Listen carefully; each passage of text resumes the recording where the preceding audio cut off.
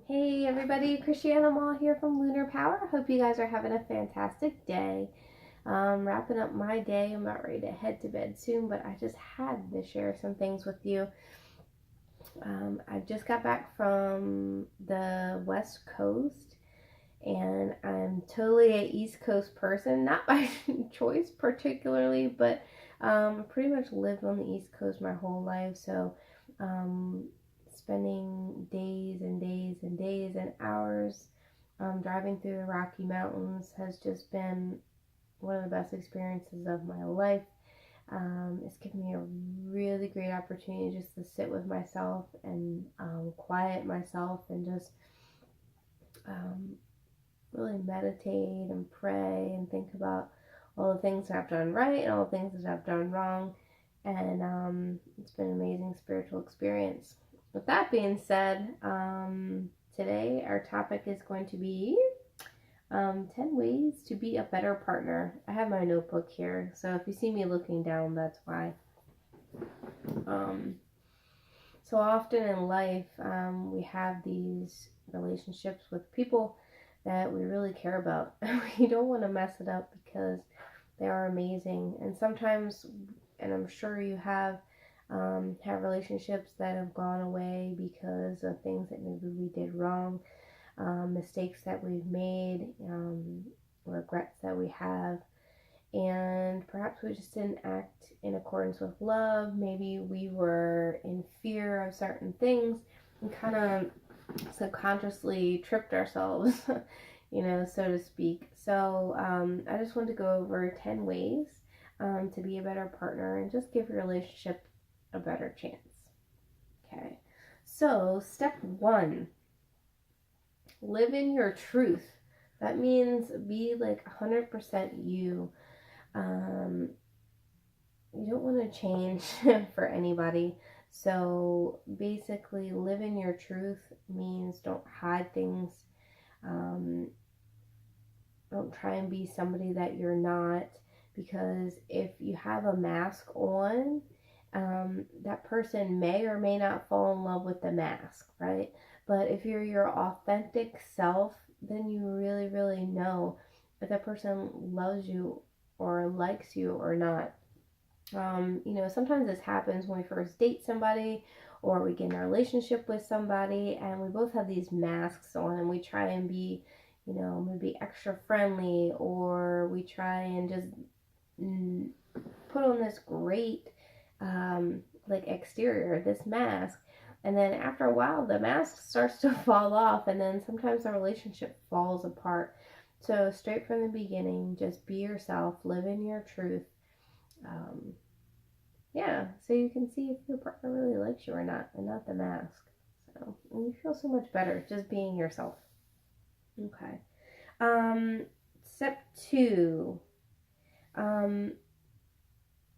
be purpose driven.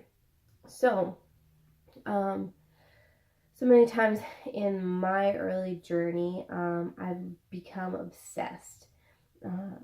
You get in that relationship, you fall in love, you're calling somebody all the time, you're emailing them all the time, you're on the phone all the time, you're thinking about them all the time, and they become the center of your world.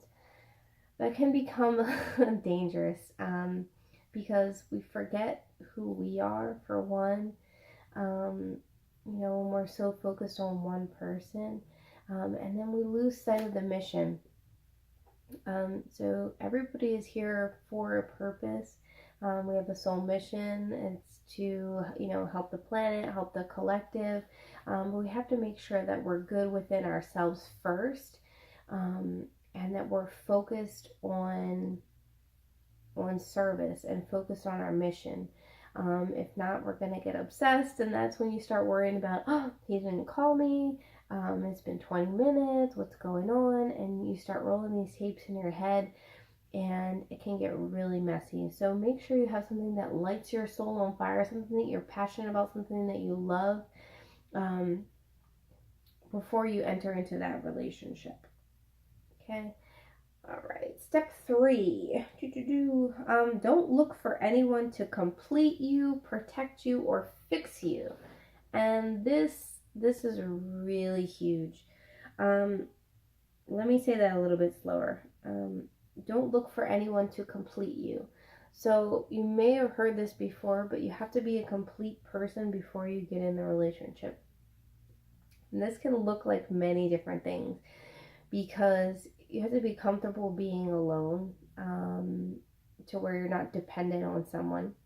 Um, but there's no one person that completes you. When you're single, single is one. So there's not, you don't necessarily need another person to make you a whole person. So you have to make sure that you can stand on your own 2 feet.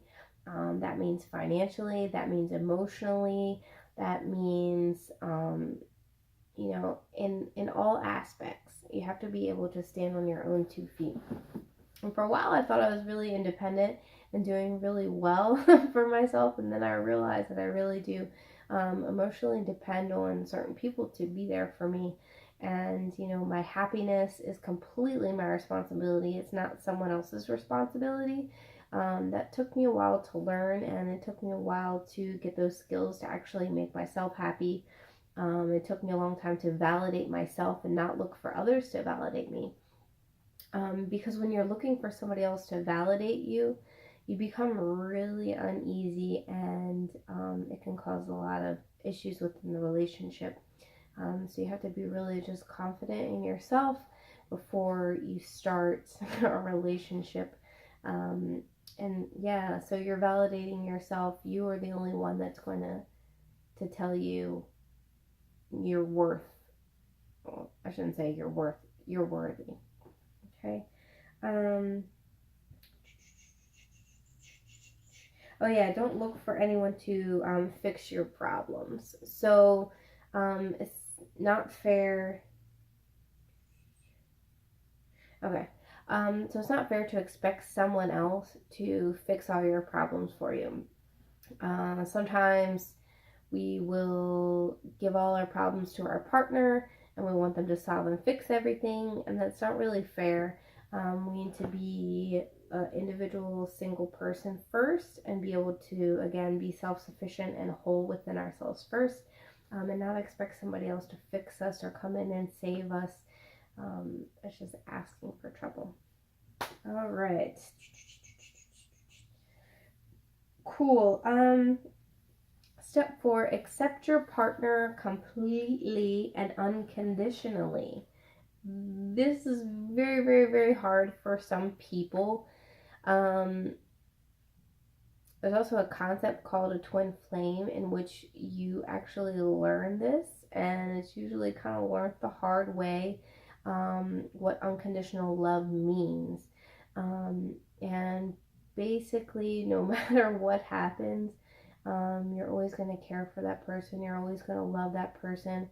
And it's not conditional. So it's not based on whether they're meeting your needs at the moment or not. It's based on the fact that you just love the person and you love their soul. You might not love their actions at the time. You might not agree with everything that they're doing.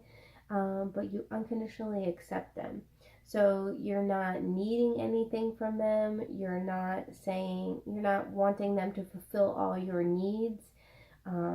You fulfill your needs, and then they come in a relationship with whatever they want to come with. And you should just be thankful for what they come and what they bring to the relationship. They might want to call every day. And that's what they want to bring to the relationship. Maybe you want them to call 3 times a day. But sorry, I was trying to get back to my notes. But you still want to love them unconditionally and accept that that's what they want to give at the moment. Perhaps they're doing something that you don't particularly like blocking their feelings and not talking about their feelings. But it's best if we're just understanding. We're not berating that person, but we're just showing them compassion and empathy, because there's a reason why they do that.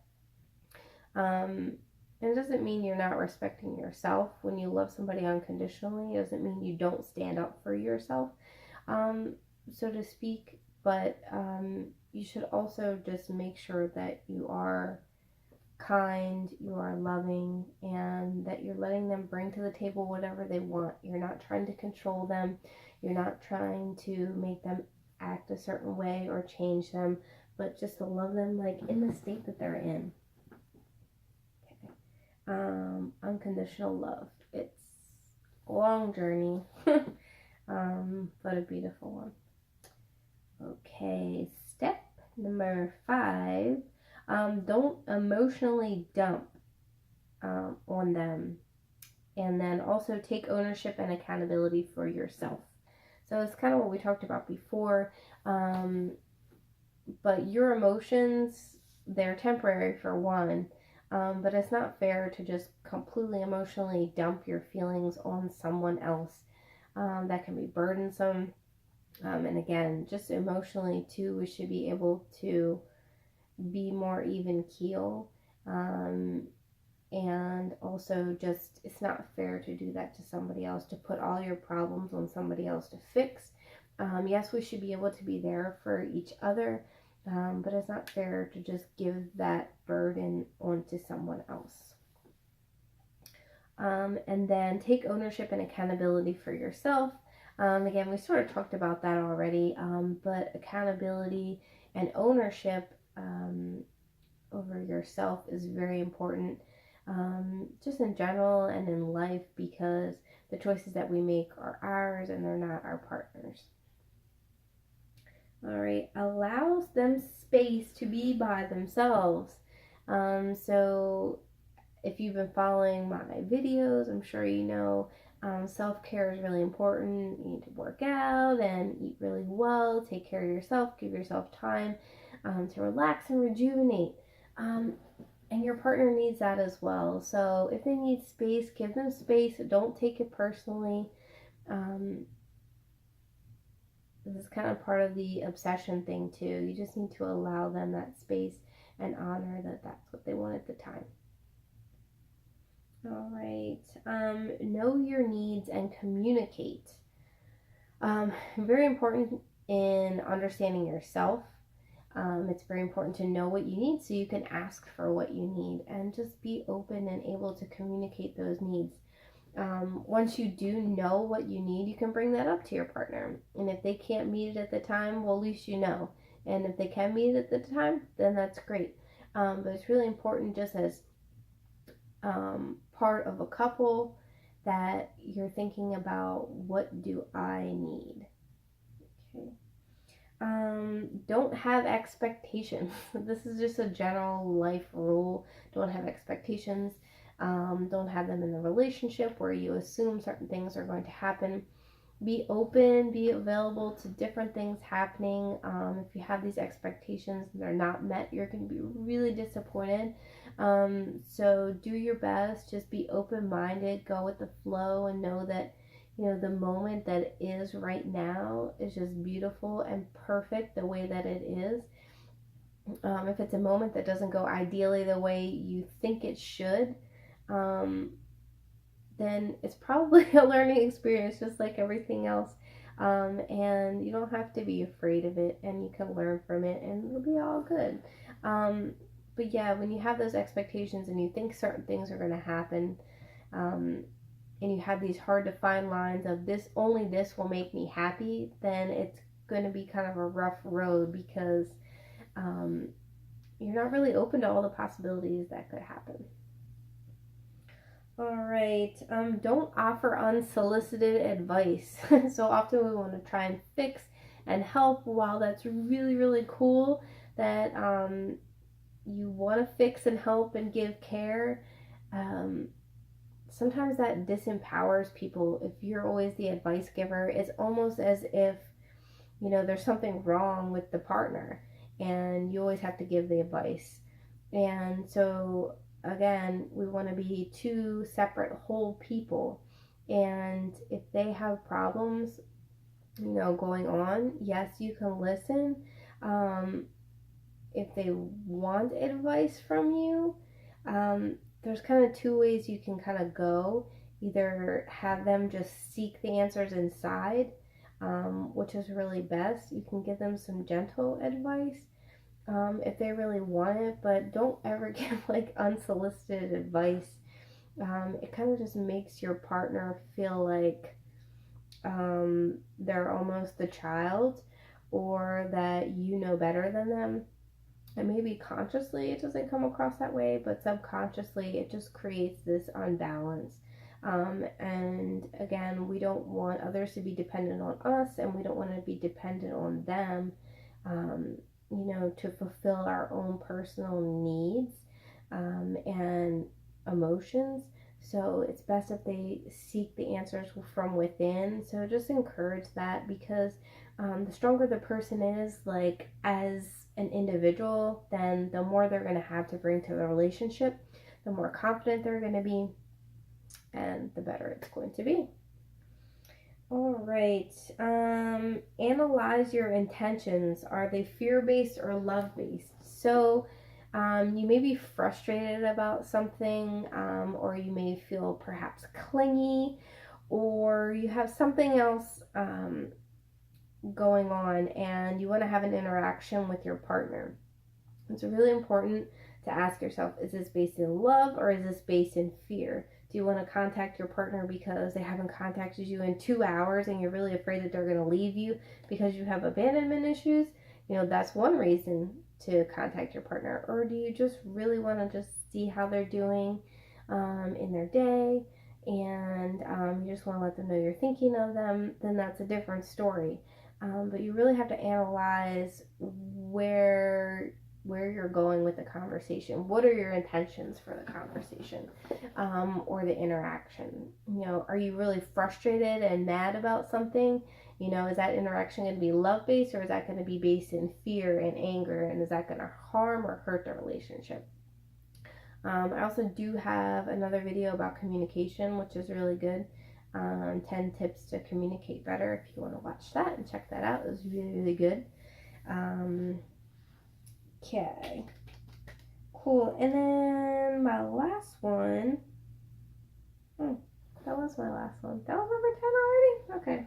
I had 11, but I kind of put them both together. Anyway, so yeah, guys, I hope that helped you out. My experience, I've made a ton of mistakes.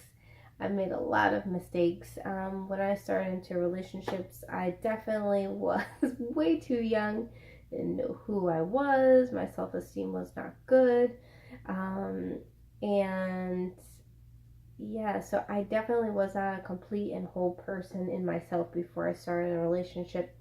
And sometimes your childhood things and experiences can make you prone to being more clingy, perhaps, or blocking your feelings, perhaps. There's lots of things that our childhood and just our past kind of brings to the present. So it's important every day, just die in that moment. Like, basically, what happened yesterday and what happened even a minute ago is gone, and just be like completely present in that moment. So that means like forgiving yourself, loving your partner, and just trying your best just to be an awesome love-based human being. All right, I hope you don't make the same mistakes that I've made. So I hope those tips help you in your relationship, just to have a more peaceful, loving day. All right, talk to you guys later. Bye.